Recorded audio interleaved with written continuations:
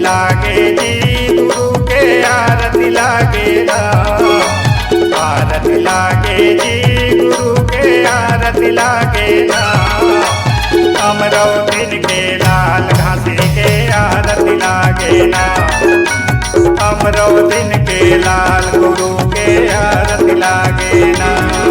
आरती लागे जी गुरु के आरती लागे ना, आरती लागे जी गुरु के आरती लागे ना। अमरौतिन के लाल घासी के आरती लागे ना, अमरौतिन के लाल गुरु के आरती लागे ना।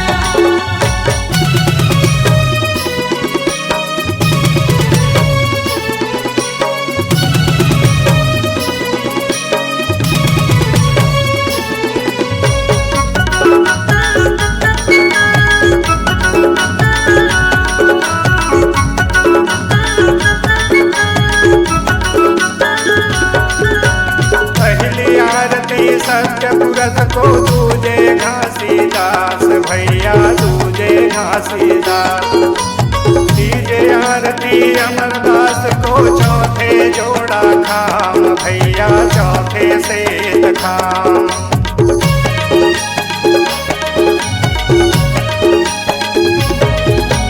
पहली आरती सतपुरुष को दूजे घासीदास भैया दूजे घासीदास।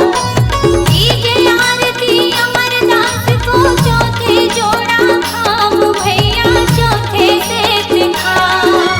तीजे आरती अमरदास को, तीजे आरती अमरदास को चौथे जोड़ा खाम भैया आरती लागे ना। अमरौतिन के लाल घासी के आरती लागे ना, अमरौतिन के लाल गुरु के आरती लागे ना।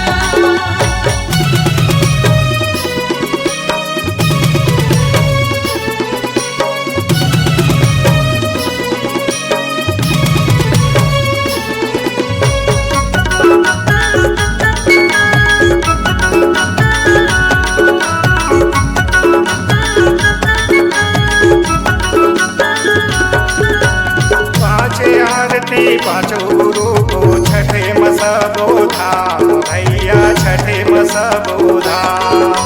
सात आरती गुरु चरणन को हंसा दिए उबार भैया हंसा दिए उबार।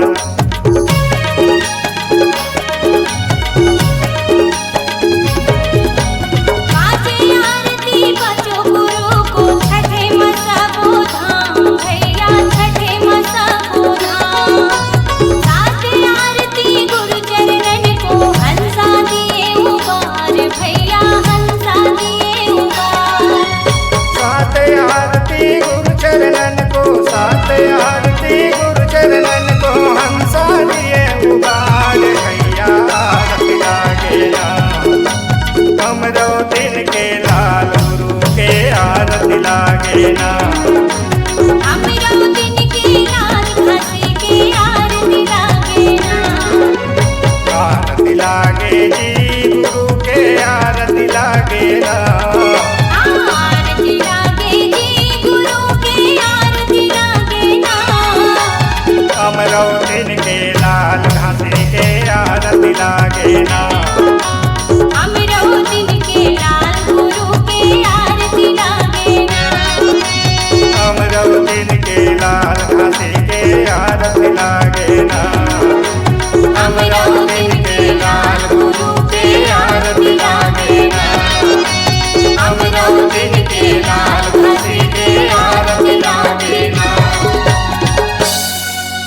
नमस्कार दोस्तों, नए नए छत्तीसगढ़ी गाने सुनने और देखने के लिए हमारी वीणा म्यूजिक को सब्सक्राइब करें और बेल आइकॉन के बटन को क्लिक करें।